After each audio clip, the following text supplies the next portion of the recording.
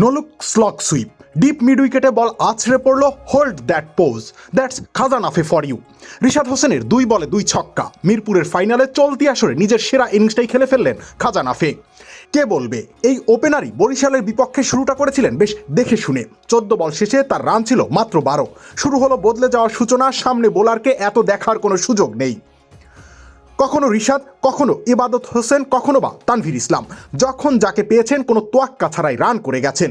ইবাদতের বিপক্ষে যখন ফিরে গেলেন সাজঘরে, তখনই ওপেনিং জুটি থেকে হয়ে গেছে 121 রান। ম্যাজিক হার্বাল টুথপেস্ট দূর করে দুর্গন্ধ সৃষ্টিকারী দাঁতের সমস্যা। ইয়েস, দেখাও তোমার ম্যাজিক। চলতি আসরে এত বড় ওপেনিং জুটি এতদিন আর দেখেনি চিটাগং কিংস। সেই জুটির অন্যতম সারথি পাকিস্তানের এই ওপেনার। 44 বল ক্রিজে ছিলেন, সেখানে রান করেছেন 66, স্ট্রাইক রেট কাটায় কাটায় 150। পরিপূর্ণ এক টি-20 ইনিংসে 7টি 4 আর 3টি ছক্কা। এর অর্থ হলো কেবল বাউন্ডারি থেকেই রান এসেছে 46 রান।